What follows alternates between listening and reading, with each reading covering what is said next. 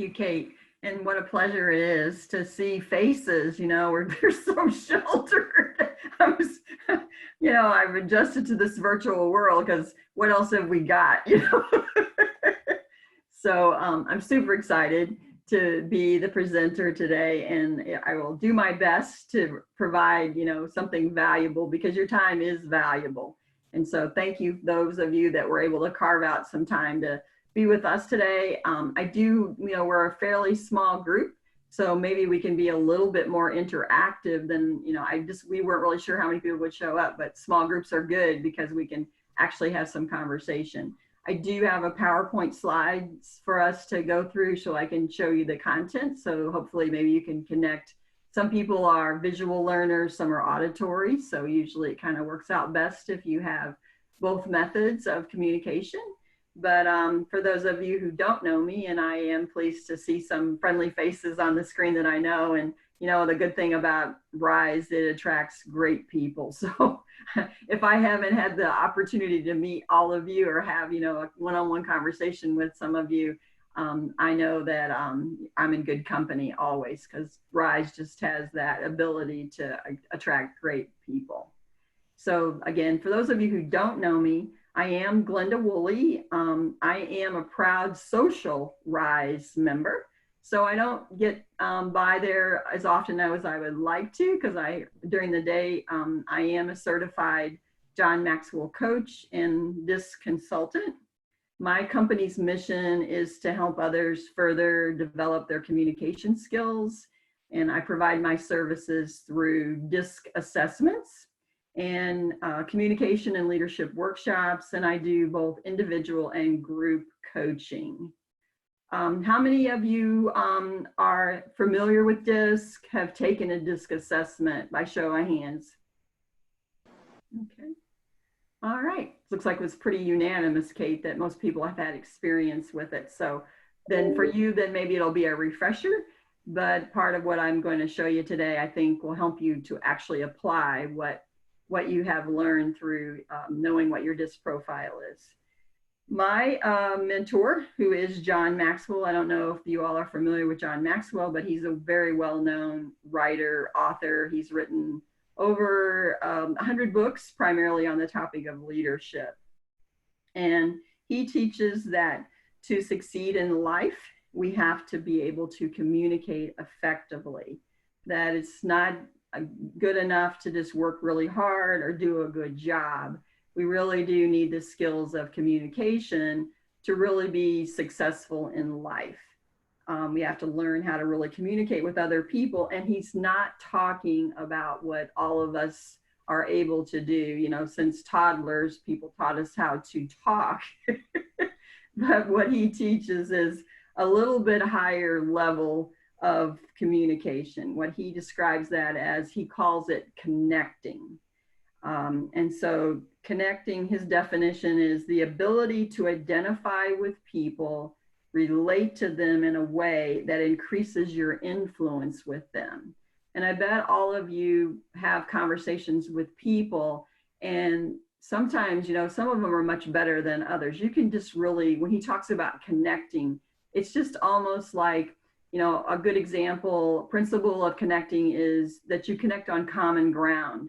You come across some interests that you have or some philosophy, some value, and you immediately just sort of connect. So that's kind of what he's talking, having a deeper conversation and taking the time to really get to know the person on a higher level than just having a casual conversation, if that makes sense to you. So we have been experiencing some crazy times. And all of us have had to adjust to a new normal. And my guess is that once some of these restrictions are lifted, we will once again be asked to transition to another new normal, because we'll actually be able to be in the space with no doubt some restriction initially, in the space again with some of our clients and some of our prospective clients. And being able to restart those conversations or have those conversations, what I'm going to share with you today, I think will help you be better equipped to be able to identify and to be able to be more effectively be able to connect with them. So, and as business owners and leaders and employees, you know, it's really going to be critical that my guess is what's networking going to look like? You know, a lot of my business referrals, the leads that I get are driven by networking. And so I just think we're going to be having maybe not as many conversations. And so that's why I'm hopeful that the content I share with you today will help you up level those conversations so they can be more productive for you. And again, I'm sharing something that it looks like that most of you on the call this afternoon are at least somewhat familiar with. You may have taken a DISC assessment, so it won't be, you know, something that you've never heard before. And I think that, again, that what I provide to you will be valuable.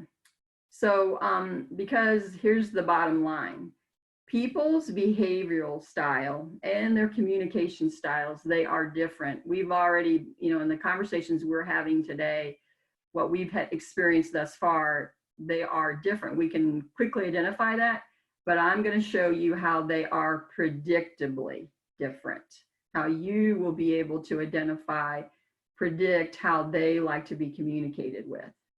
So I need to get to my slide. Let me share my slide with you. Are you able to see my slides, everybody? All right. And so let's go to my next slide here. So here's what the points I intend to share with you today. I'm going to talk to you a little bit about yourself and others. I'm going to talk about what makes us unique, your strengths with your personality style, and a method or how to improve your communication. But really, you know, what's more important to me is you all looked at my title, or maybe you just, you know that whatever RISE is doing is of value and you want to be a part of it. But I'd be interested to know and I showed it to you quickly, but if there was something that's missing in what I intended to cover with you today, what were you thinking you would like to hear about or learn more about? And I will do my best to see if I can't hit on that. Or maybe you can remind me at the end if I don't hit it. I will at the end ask for questions, but could you guys weigh in and tell me, you know, what were you thinking, you know, was the reason you thought you wanted to spend your time with us today?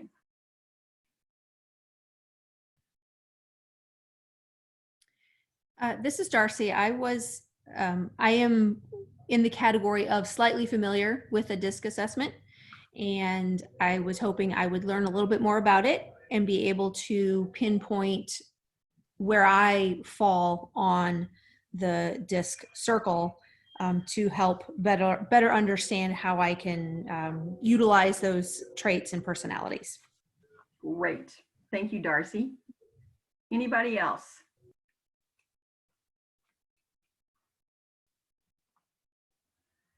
I'm muted. I'll mute myself. You know, for me, I am a super high D, which makes my communication super direct, right? So I'm really, you know, I'm just curious about ways that I might, you know, one, not feel ashamed of that, but two, also, you know, use it to its best advantage. Great.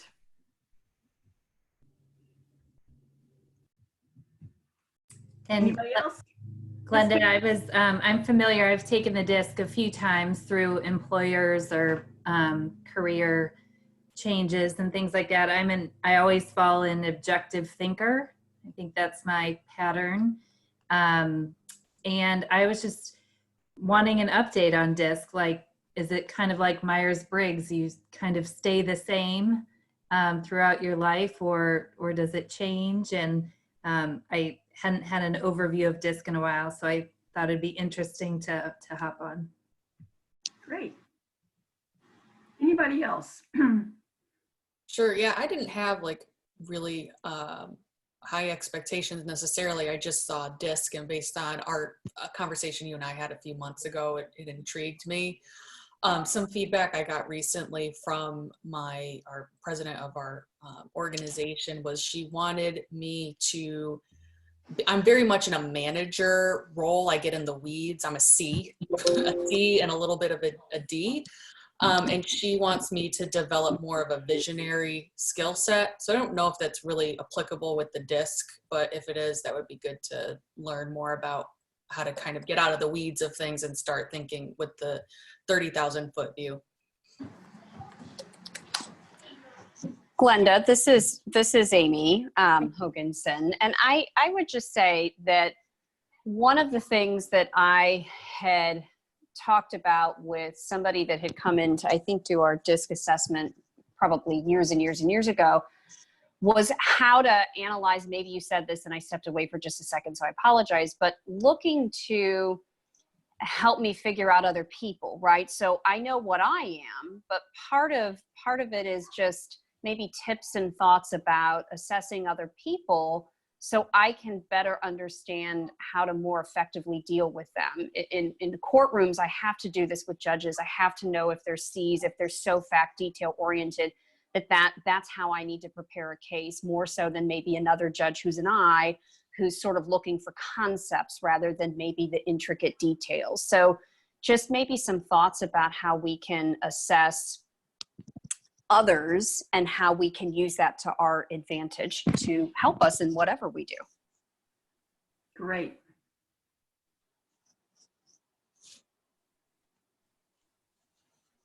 Okay, well, I think that I wrote down, I made myself some notes, and I think that for the most part, my presentation will answer those questions. But if they don't, I will do my best to answer, delve into, more areas for you. So, but I think with the presentation I have, I think it will give you the information that you're providing, but you all will be the judge of that, not me. So, all right, without further ado, let's get started. Okay, so in life, we become aware of patterns. And for the most part, we can sort of know what to expect. So of course, we have a pattern here on the screen of animal coats that probably most of you are familiar with. But until you see this slide, this kind of just validates. So you see the brain, based on our experiences, we can know what the pattern is, kind of anticipate what's coming. And so that's kind of what I'm going to teach you about communication, that just like this, as simple as this is, you too can train yourself. Kind of goes back to what Amy just said about what she's looking for, is to be able to identify other people's DISC profile and also give her the power to know how to communicate best with them. So the same holds, just like for the example I just gave you, it holds true for the people in our lives. When we become aware of the pattern of how they like to be communicated with, we not only know what kind of communication to expect from them, we also know how to best prepare for, interact with, and respond to them in order to have a successful connection with them. And so have you ever known, and this will probably be pretty simple for you all since you have some exposure to DISC, but do you know someone that they drive projects forward? They're bold, they're decisive, they're comfortable being in control. They may very well be D-wired, and I think we have someone that's D-wired in our midst here. Or do you know someone who is fun, the life of the party, great at storytelling, are telling a joke, and oftentimes maybe in college or in high school they were very popular. So very animated style. And then if you know people that are loyal, dedicated, they don't seem to seek much attention, and they are, however, the backbone of a family or a department in the workplace. Somebody that can always be counted on and to support people and projects. And if that's the person, then chances are they are S-wired. And then have you ever recognized in someone who is very neat, organized, and structured? They do not seek crowds, and they are quiet and very focused on details. They may very well be C-wired. The framework DISC is not meant to label us or place us in a box and close the lid. Each of us is actually a combination of all 4 of the DISC styles. However, we have a natural set point for 1, 2, or even 3 styles that dominate. So if you've taken a DISC assessment, you probably received a result of a DI, a D, a CS. So we are typically, most people are blends of 1 or 2, and sometimes 3. I've only had a few people that I worked with that they were just singular, a straight D or a straight I. Usually most people are blends. So today we're going to help you recognize the patterns that illustrate a person's behavioral preferences. And just a little history here. This DISC has been around for a while, since 1928, when Dr. William Marston, he identified this DISC theory through his research, and he published a book titled Emotions of Normal People.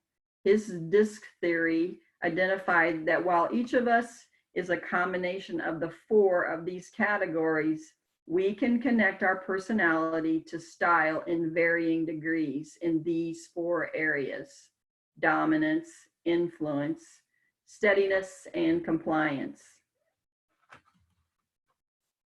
Using the framework of DISC, we can begin to identify some of these patterns so that we know what to expect. If we know what to expect, we can use the right strategy to bring our best to our work and our relationships. So here's a scenario. I'll describe a scenario for you and to see how this feels to you personally. The elevator, you're standing before the outside of the elevator and the door opens, and you are the person that you are hoping that no one else, and let me just preface it, there are no absolutes here, okay? I'm going to describe a scenario, and you just think about whether or not this feels like you or it does not. You're hoping that when that door opens, there's no one else in that elevator because you're on a mission. You're going to a floor to meet with someone, or you've got something to do.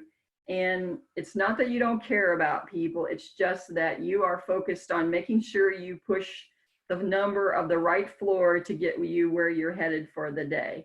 And you're really not looking to interact with anyone. And if somebody's in there, you're probably focused on watching the floors go up. So raise your hand if that kind of describes who you might be about the elevator scenario. Okay. All right, same elevator scenario. You're standing and you're hoping that when that door opens, you're curious to see who's going to be in there. You are super excited to see who might be in there. And the minute you walk in, you say heartily, "Hello, good morning, how's your day?" And you press the button for your floor, but you look to them and you say, "What floor are you going to?" And you ask them how their day's going. And you look outside the door of the elevator and to find out if anybody else is coming, because you want to make sure you don't close the door in their face. You want them to take the ride too. How many on this call that kind of describes who they are? Very good. Next scenario, you're planning your vacation. Are you focused on what needs to get done in order to go? Things that need to get done before you can actually leave. Getting them lawn mowed, perhaps. Taking the dog to the kennel. taking your car in for service. Maybe you're lining up work that has to be done while you're out. Or maybe you're the person that's also calls the hotel to make sure they have Wi-Fi because you're planning on doing some work while you're there. If that describes you, then you probably are more task focused. Same vacation scenario. In your vacation planning, you are more focused on who else is going with you. You're caught up in thinking about what you're going to see and the sites, the places you're going to go, and all the exciting things that will happen for you and the people that are with you. You're just interested in fun, fun, fun. And if that scenario describes you, you are more people focused. So you can see that with just a few questions, we can discover the pattern of our behavioral style. We can identify whether we're more outgoing or more reserved personality. And we can also identify with a couple other questions whether we are more task focused or people focused. And there is no question that that the communication styles of others and the characteristics will give you a competitive advantage. Knowing this information can truly give you a competitive advantage when you are approaching people as prospective clients to have this information. We are each wired with a natural communication style, and they can be looked at in 4 primary ways. The D and the I style, they tend to be more outgoing. And there are no absolutes. This is just based on research. They just tend to be more outgoing. They're the people that will typically say hi to people that they approach. And then the C and the S's, they are the more reserved styles. Doesn't mean they don't like people. It's just they've got a lot of stuff going on in their head. They are more focused on what they're trying to get accomplished.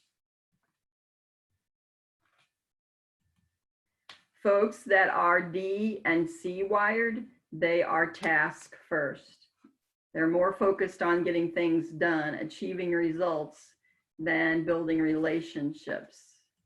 And the I's and the S, they are more relationship driven. They care about the people and the impact on people before they get to the task. It doesn't mean they can't get things done. It just means they are more about developing a relationship first before they move to the task.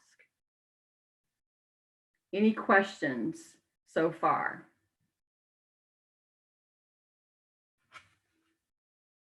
All right, so now let's take a deep dive into more specifics about each one of the styles. Those with the significant characteristics of the D wired, they make up only 3% of our population. So if you happen to be D wired, you are sort of an anomaly in our world, but so very important. Because D-wired folks, they can make quick decisions, they seek control, they're direct, and they focus on results. So they make excellent managers and supervisors and heads of companies because they are focused on getting things done, and they're watching the goals and making sure that steps are being made to make sure things get accomplished. D-wired people, they are so much focused on the results that they're always working towards something, and they are proficient at multitasking. They are driven by authority and will easily try to take control. They embrace any change that will help them get results. They are comfortable with responding to direct confrontation, which none of the other styles are comfortable with confrontation, but very valuable characteristic because we need those people, because avoiding confrontation truly doesn't work in our world. D's look to people who are loyal, and their greatest fear is being taken advantage of. So if you are in the space with a D, if you are saying something that they start to feel like you might be taking advantage of them, whether you intend it or not in the communication, if they start to feel that way, they're going to back off from the conversation, or they might actually end it, because that is their greatest fear. If you happen to be a D, some of the people in our world, the famous celebrity people that we know in our world, you are in the company of, I bet this is no surprise to anyone, our current president, Donald Trump. He is D-wired. So is Oprah and Michael Jordan. The next style is the I. I's have the gift of persuasion, and for that reason, they excel in sales positions. So people that have the I, whether it's, and they can be a blend of it, they could be a DI, which is the perfect person to be in sales because they drive results, they're focused on results, but they also have that gift of persuasion. They are spontaneous, friendly, and are often in the spotlight. And it's estimated that they make up about 11% of our population. They seek a fun, friendly environment and are always active. They are relationship oriented, emotional, expressive, and animated. They are awesome storytellers and encouragers of other people, and they treasure experiences with others. If you're in need of a party or an event planned, these would be your people. They are equipped to create an enjoyable experience for everyone. Their greatest fear is rejection and loss of approval. And they are in good company in our world. I personalities, people that we know are I's: Elton John, Jim Carrey, Bill Clinton, Chris Rock, Barack Obama, Whoopi Goldberg, Lucille Ball, and Steve Harvey. So no surprise, some comedians in there, because they're all about fun, fun, fun. And when you meet with this style of person, if you can identify quickly that that's who they are, know that before you get down to showing them your proposal, they're going to want to talk about their family or their friends. They're going to want to share a story about what they did over the weekend. And you have to allow them that space to do that, to have a win-win conversation. So they're all about people first, then the task. They will get down to business, but you just have to allow a little time for them to have that moment with you. Any questions about the D and the I style? Next up is the S style. They are very team-oriented people. They love, love, love to collaborate and accomplish things with other people. They are great on follow through. If you give them a task, you can trust that it's going to get done. They are loyal. And if you remember, D's are attracted to loyal people. So D's and S's working together is a beautiful thing, because the D's are not so good on follow through, but the S's are. And so when they're able to, perform in their strength zone, so they're loyal and they do work best in a cohesive atmosphere. They do not like confrontation, and they just want everybody to get along, and they're always concerned about the other people on the team, how they're feeling, especially during change. They tend to resist change, and they're always concerned about how it is that people are feeling about a change that's been announced. And it's estimated that 69% of our population are S-wired. And this is another tip for you, is because of such a large concentration in our population of S's, it's very likely you could start out thinking that they're an S, because you're going to come across a lot of S-wired people because it's such a great big contribution of concentration in our population. S's, they seek a team environment. I said they're loyal, they're easygoing, they're agreeable, they're evenly paced, they're good listeners and compassionate, and they treasure peaceful relationships.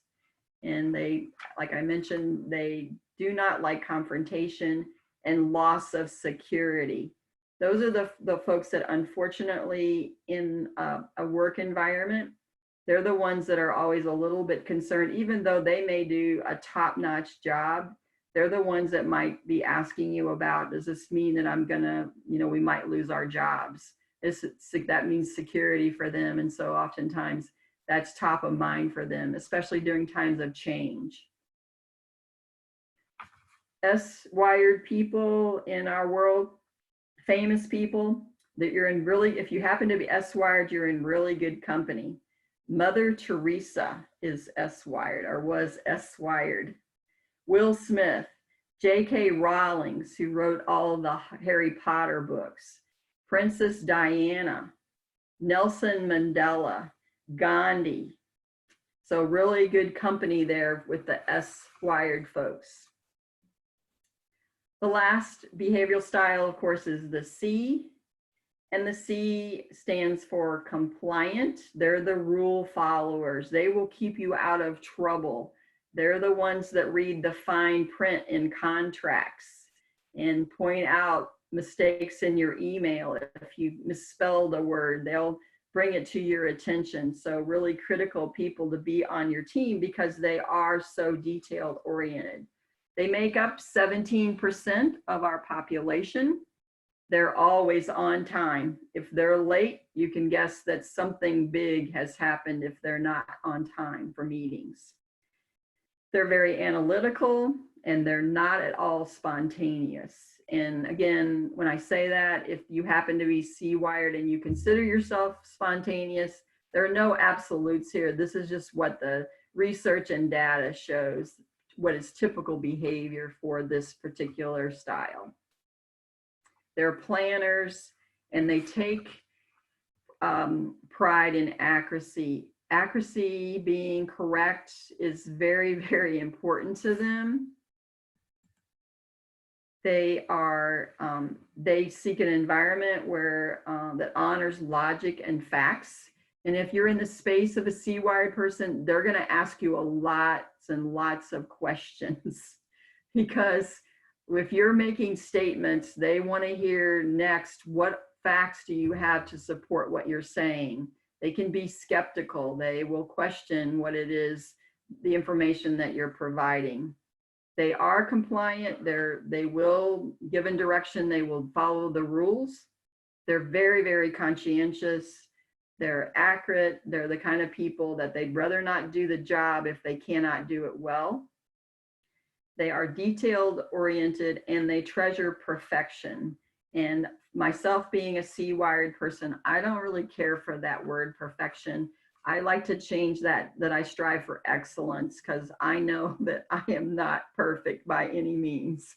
And it can be exhausting, trying to be perfect. C-wired folks, as far as famous people in our world that are C-wired, Bill Gates is C-wired. Is it Mr. I'm not a Star Trek fan. Is it Dr. Spock or is it Dr. Spock? He is C-wired. Condoleezza Rice is C-wired. Albert Einstein, Steve Jobs, and the ice skater Christy Yamaguchi, she is C-wired. Any questions about the S or the C?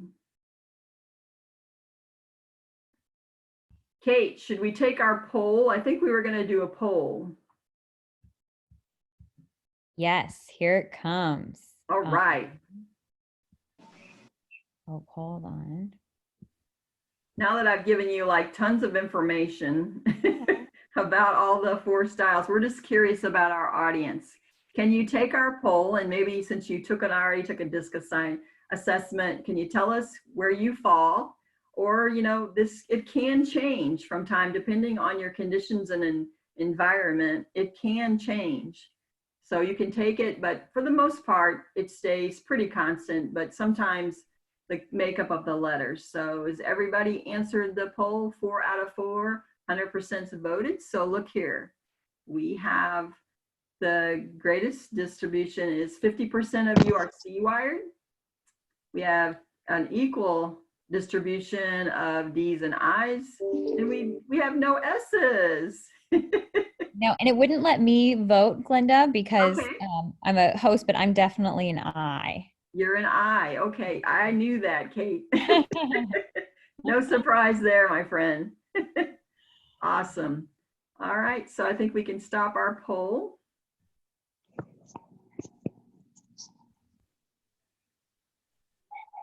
We'll move on.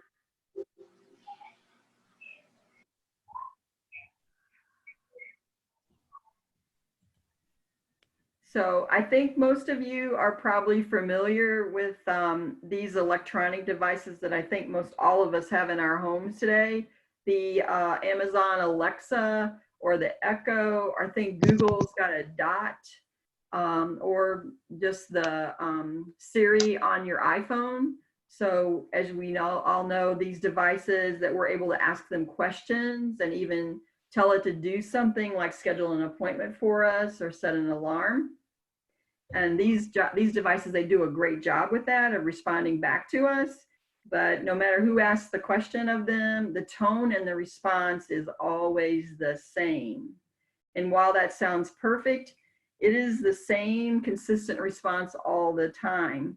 But that's exactly the reason for that, is because it's a machine. But with humans, communicating and connecting with human beings, that's exactly what we need to be. We need to be human. And we need to treat people with the platinum rule. And I don't know if most of us have heard of the golden rule, which means that we should treat everyone how you would like to be treated. But the platinum rule says that we should treat others how they would like to be treated. And that's really what we're going to be talking about next, is how we can figure out how people like to be communicated with. So what is the purpose of communication? Well, of course, it's for many reasons. It's to influence others in a positive way, to motivate them, to express feelings, and to inform. And it is the responsibility of the person giving the communication to properly relay the message and their intent to the receiver.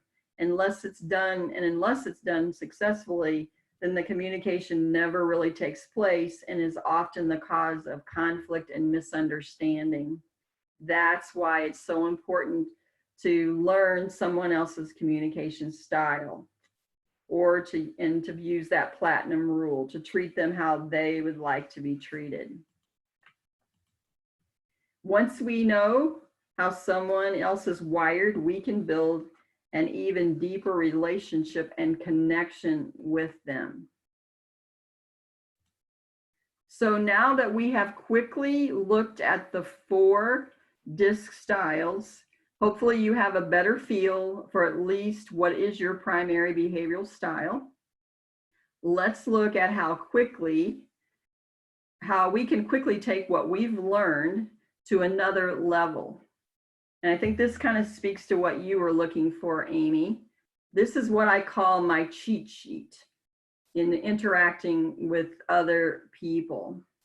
This will help you to be able to determine what their style is, and then it gives you tips on how to effectively communicate with them.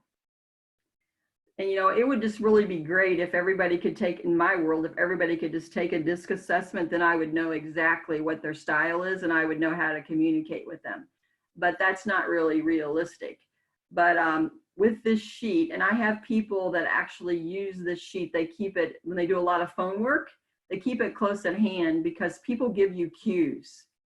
So at the top, the first section is speaking to that D behavioral style. So you all are really smart people. You can figure it out. If someone's coming across in the conversation, or if you think about them, prior conversations you've had with them, they're coming across as being very confident, assertive, or aggressive. They challenge the status quo, and they seem to like control and dislike routine.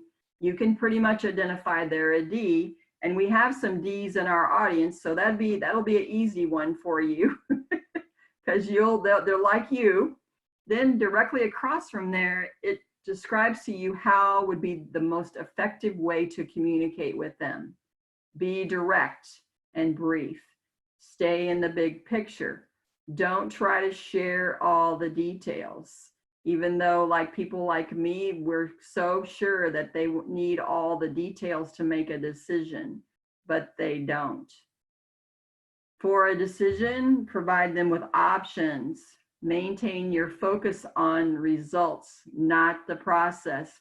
They just want to know what you're going to achieve. They don't care how you're going to get it done. And yes, this does mean that you have to, for those of us that are not D-wired, we have to change up a little bit about who we are.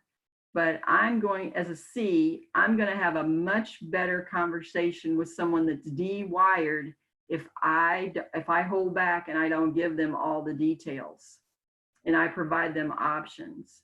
So the cheat sheet that we're looking at, it goes through even though they're not labeled on here, the first section is for the D profile, then the I, the S, and the C.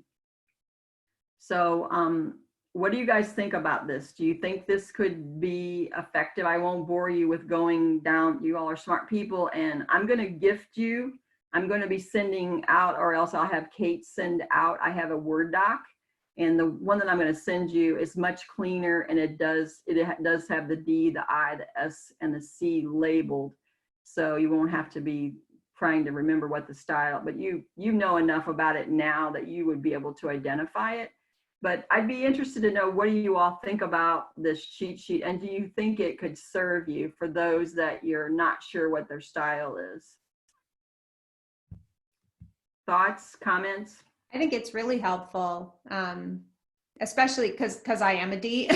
So like, in communication, much as I love to communicate, and I'm super expressive, I kind of have an agenda usually, right? So this is really helpful for me to kind of quickly course correct and make sure I'm, tailoring up the way I'm communicating with the person on the other end. Right. Julie, by saying that you're a D, when you look at, I'd be interested to know, when you look at the tips for, communicating well with you, would you agree that describes how you like to be communicated with? And you won't hurt my feelings. Be honest. What do you think about that? Yeah, I mean, if you look at my profile, I'm a high, like I am a 90-90, right? Okay. But I'm also a high I, and I associate more with, say, an initiator than a driver, right? Okay. So I kind of like some of the I stuff as well. That also works with me, except that I don't like a lot of talk. Like my husband isn't an I. He's a high I and a high D, but he's higher I, I'm higher D. So we're an interesting dynamic. But it helps. I think like the I stuff helps me communicate with him. And I'm a little bit like that too. But if you want to be on the safe side with me, yes, I think that the stuff you have listed as D speaks to me, right? I like people to cut to the chase, like let's get to the bottom line here. I don't do a lot of chit chat very well, unless we're talking about something really meaningful. I can hang in there, but if we're just, blah, blah, blah, blah, that's not me. So right. I think they're pretty on. And I like the idea of options, right? Because that gives me the opportunity to make the decision. Right. Yeah. And it doesn't mean that this is a tip sheet. Remember, each one of these is a tip. It doesn't mean you have to do absolutely every one of these in a conversation. It's just giving you a tip for how to approach the conversation and to have a better quality conversation with that person, is what the point of it is. Okay, thank you, Julie, for sharing that. For people, I know we had a couple people. I know, Kate, you were one person, but I think there was a couple other people that told us during the poll that they were I's. Could I talk to an I person? Could you look at the next section and look at the tips for communicating with you as an I, and give me feedback. Do you think that that describes how you like to be communicated with? I don't know if the other I had to drop off, but looking at that for sure, having the opportunity to share my ideas, keeping things fun, yeah, keeping things friendly for sure. Nothing, yeah, when I get too much data, I'm like, hold on, I need to stop. I need to absorb it and consider it and kind of make a little bit more of a plan as opposed to like day to day, like I need time to sort of process, generally speaking. And yes, it is often quite helpful to have someone follow up with me. I don't know if that's my personality type or, um, you know, having a 2-year-old or a lot of balls in the air or not. It's nice to be able to say, oh, it's because I need follow up because I'm an I. So I'm going to use that. So yeah, on the whole, I think this is super helpful. Very and good. accurate. Thank you for your feedback. And, you know, there's no right or wrong about this. Don't let anybody try to tell you, well, I'm a D, so that's better than being an I. That's not true.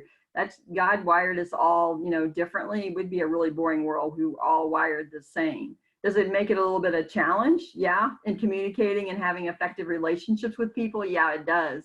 But the tool can really help you learn and observe how you can have a better quality conversation with someone and have influence on them, and hopefully close more sales because you are approaching that person the way they like to be communicated with.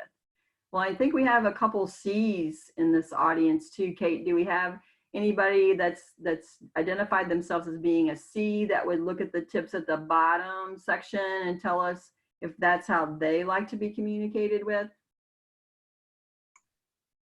Yeah, this is Nicole. I'm definitely a C.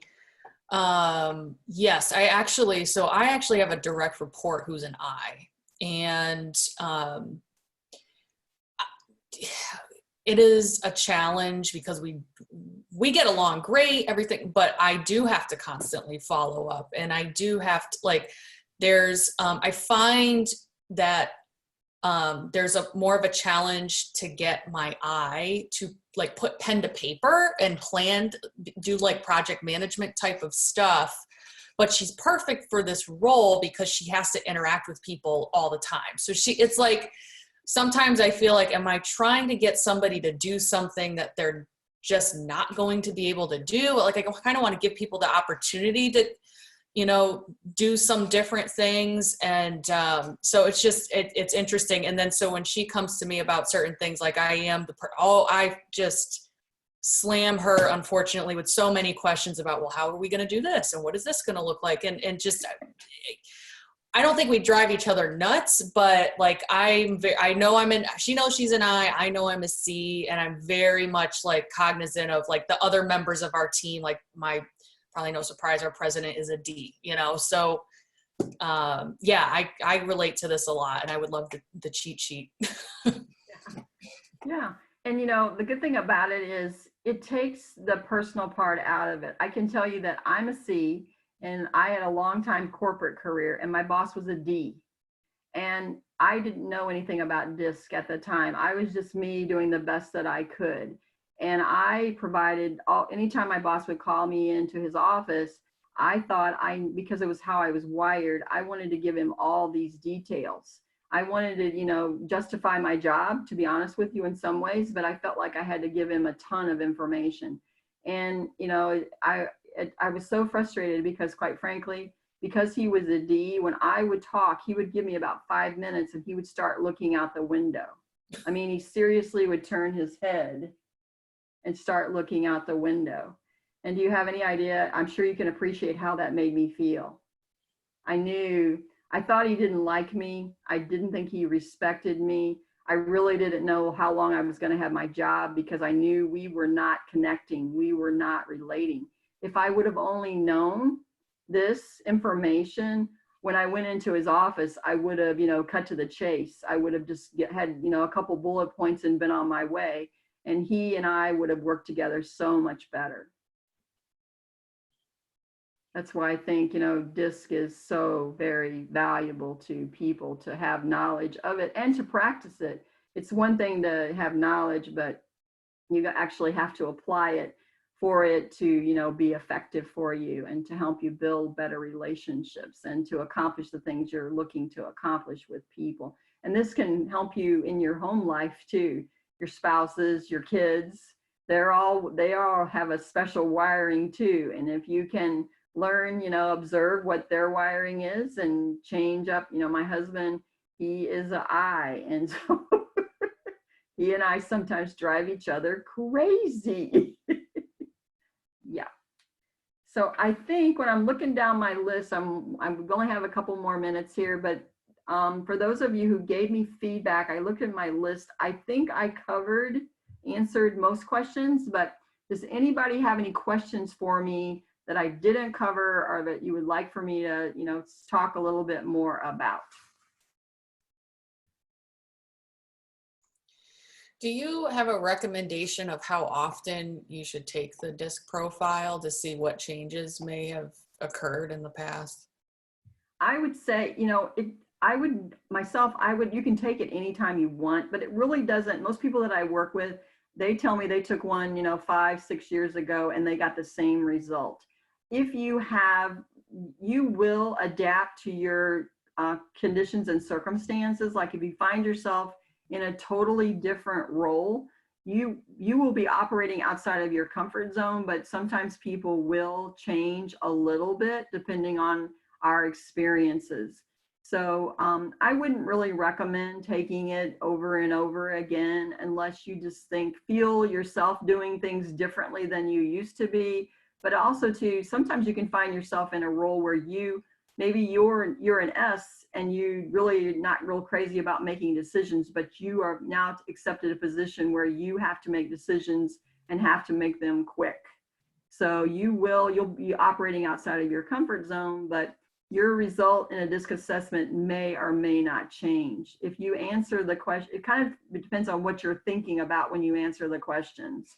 Whether you're thinking about your particular, I always tell people, because most employers pay for these assessments for people, I tell them to focus on their roles and responsibilities in the workplace when they answer the question, so that we get the result of who they are when they show up in the workplace. Does that answer your question? Yeah, thank you. Yeah. Anybody else? All right. Kate, I think it's a wrap, girl. That's awesome. I turned my fancy light off. Thank you, Glenda, so much. That was super informative. And as you mentioned, that cheat sheet is worth its weight in gold. And so as we mentioned, we'll definitely be sending that out to everybody. So look out for an email from me. I'll make available. Thank you guys so much for being engaging and interacting. And I hope this was as valuable of a presentation as you hope to get out of it. And I hope to see everybody online at another RISE meeting again soon.